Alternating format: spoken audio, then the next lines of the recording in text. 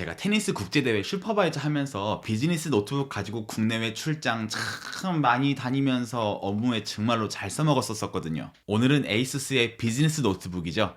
엑스퍼트북 9400 CEA 단기 사용기입니다. 먼저 비즈니스 노트북은 가장 중요한 게 저는 무게라고 생각을 해요. 특히 비행기 타고 출장 가게 되면 노트북은 수화물로 붙일 수가 없으니까 항상 들고 타야 되거든요. 보안 검색대 지나갈 때 가방에서 노트북을 뺐다 넣었다 해야 되죠. 또 좌석에서 이렇게 펼쳐놓고 또 작업해야 되죠. 또 호텔에서 경기장까지 이걸 들고 매일매일 출퇴근을 했었어야 됐기 때문에 물론 성능도 포기할 수 없지만 개인적으로는 이 무게가 가장 중요하게 느껴졌어요. 그런데 이 친구 마그네슘 리튬 합금으로 만들어가지고 무게가 고작 880g이에요. 몇 g이라고 이 숫자로 들어도 실제로 어느 정도 무게일지 체감이 잘 안 되는 분들이 많을 텐데 기회가 되시면 꼭 한번 직접 들어보라고 말씀을 드리고 싶어요. 정말로 가볍습니다. 또 이 노트북뿐만이 아니고 항상 같이 가지고 다니게 되는 이 충전기의 어떤 무게와 부피도 굉장히 중요한데요.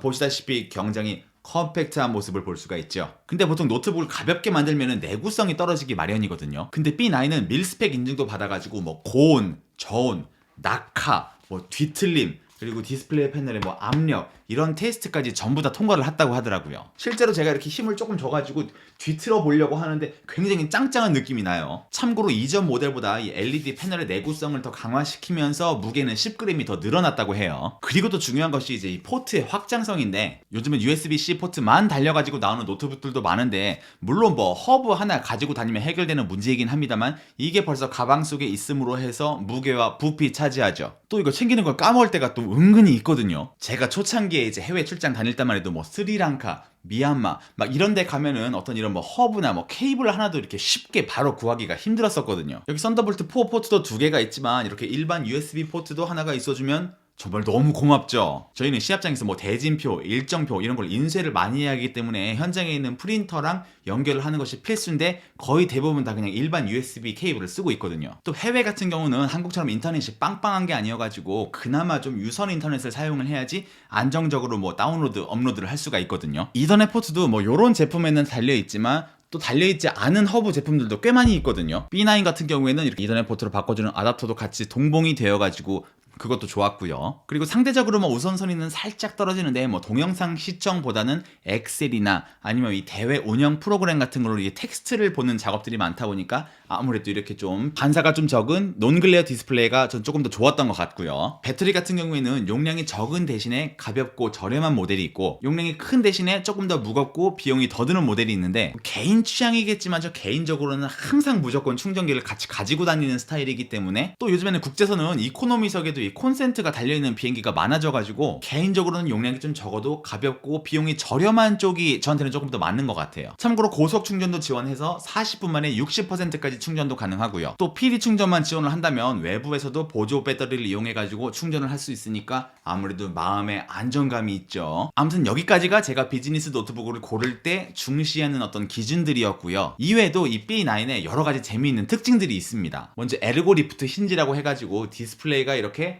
180도까지 시원하게 젖혀지고요. 또 디스플레이를 열면은 아래쪽을 밀어 올리면서 자연스럽게 키보드의 각도가 이렇게 올라가게 되는데요. 타이핑할 때 각도가 더 편해지고 통풍이 잘 돼가지고 쿨링에 도움이 되는 장점도 있고요. 그리고 정말 잘 만들었다고 느낀 게 처음에 노트북을 사면 이 상자 안에 충전 어댑터가 같이 동봉돼서 오거든요. 근데 이게 이런 식으로 열려요. 노트북을 여 위에다 올리면 이게 스탠드 역할을 해가지고 화면도 조금 높아지고 그 다음에 타이핑 각도도 약간 좀 세워지거든요. 다만 너무 세워지면 반대로 타이핑하기가 좀 불편해질 수가 있으니까 자기 취향에 맞게 적당히 높이 조절해가지고 쓰면 좋을 것 같고요. 그리고 저는 정말 신기했던 게 AI 노이즈 캔슬링이라는 기능이 있는데 솔직히 들려주는 샘플을 들어보면은 믿기 힘들 정도로 좋아가지고 저는 솔직히 거짓말하는 줄 알았어요. 근데 이게 직접 해보니까 진짜 샘플만큼 좋아가지고 어이가 없더라고요. 제가 마음 같아서는 진짜 카페에 앉아가지고 카페 소음 내에서 이거를 테스트를 해보고 싶었는데 요즘에는 카페를 못 가니까 제가 카페 소음이 나는 유튜브 영상을 틀어놓고 그 옆에서 이렇게 전화를 해봤거든요. 근데 진짜 샘플하고 똑같이 주변 소음이 싹 사라져요.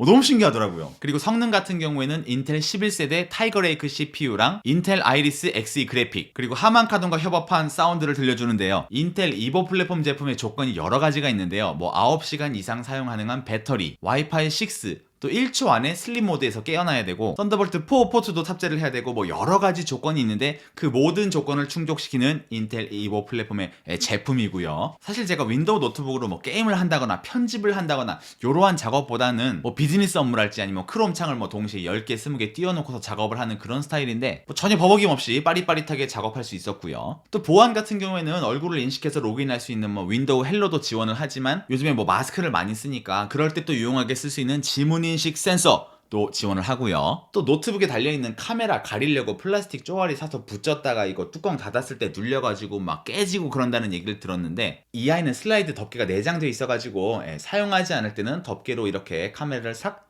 가릴 수 있는 뚜껑도 지원을 하고요. 키보드 같은 경우에도 경량 노트북답지 않게 꽤 고급스러운 느낌이고 하판이 막 꿀렁거리고 그런 느낌도 없고요. 또 소음도 굉장히 조용하고 또 뭐 키피치도 낮지 않아가지고 개인적으로는 굉장히 즐겁게 타이핑을 할 수 있는 키보드였어요. 또 여기 키패드의 우측 상단을 눌러주시면 불빛이 들어오면서 키패드로 활용을 할 수가 있거든요. 저 같은 경우에는 뭐 3벌식 390 자판 배열을 쓰니까 쉬프트를 누른 상태에서 오른손 기본 자리에서 바로 숫자를 입력을 할 수가 있는데 제가 연습 삼아서 좀 쳐봤는데 이게 물리키가 아니다 보니까 키와 키 사이를 이렇게 안 보고서 구분하기도 좀 힘들어가지고 안 보고서 숫자를 따다다닥 치기에는 약간 좀 무리가 있었지만 경우에 따라서는 굉장히 뭐 계산기랄지 이럴 때 좀 유용하게 쓸 수 있지 않을까 하는 생각을 했습니다. 또 좌측 상단에 있는 것은 뭐 오른쪽으로 슬라이드를 하거나 혹은 아래쪽으로 슬라이드를 하면은 계산기가 이렇게 실행이 되거든요. 귤에 오랜만에 이렇게 윈도우 비즈니스 노트북을 짧게 사용을 해봤는데 뭐 디자인도 이쁘지만은 저는 무게가 너무 가벼워가지고 뭐 침대에서 이렇게 반쯤 누워가지고 이렇게 작업을 한다든지 소파에 앉아가지고 뭐 TV 보면서 이렇게 가볍게 이렇게 작업을 하기가 부담이 없어가지고 딱히 큰 단점 못 느끼고 저는 굉장히 즐겁게 사용한 노트북이었습니다. 여러분들도 난 노트북을 쓸 때 무게가 굉장히 중요해라고 하시는 분들은 한 번쯤 체크해 보시기를 바랄게요. 귤이야. 그럼 오늘도 영상 봐주셔서 감사하고 저는 다음 비디오 또 뵙도록 하겠습니다, 여러분. 들어가세요.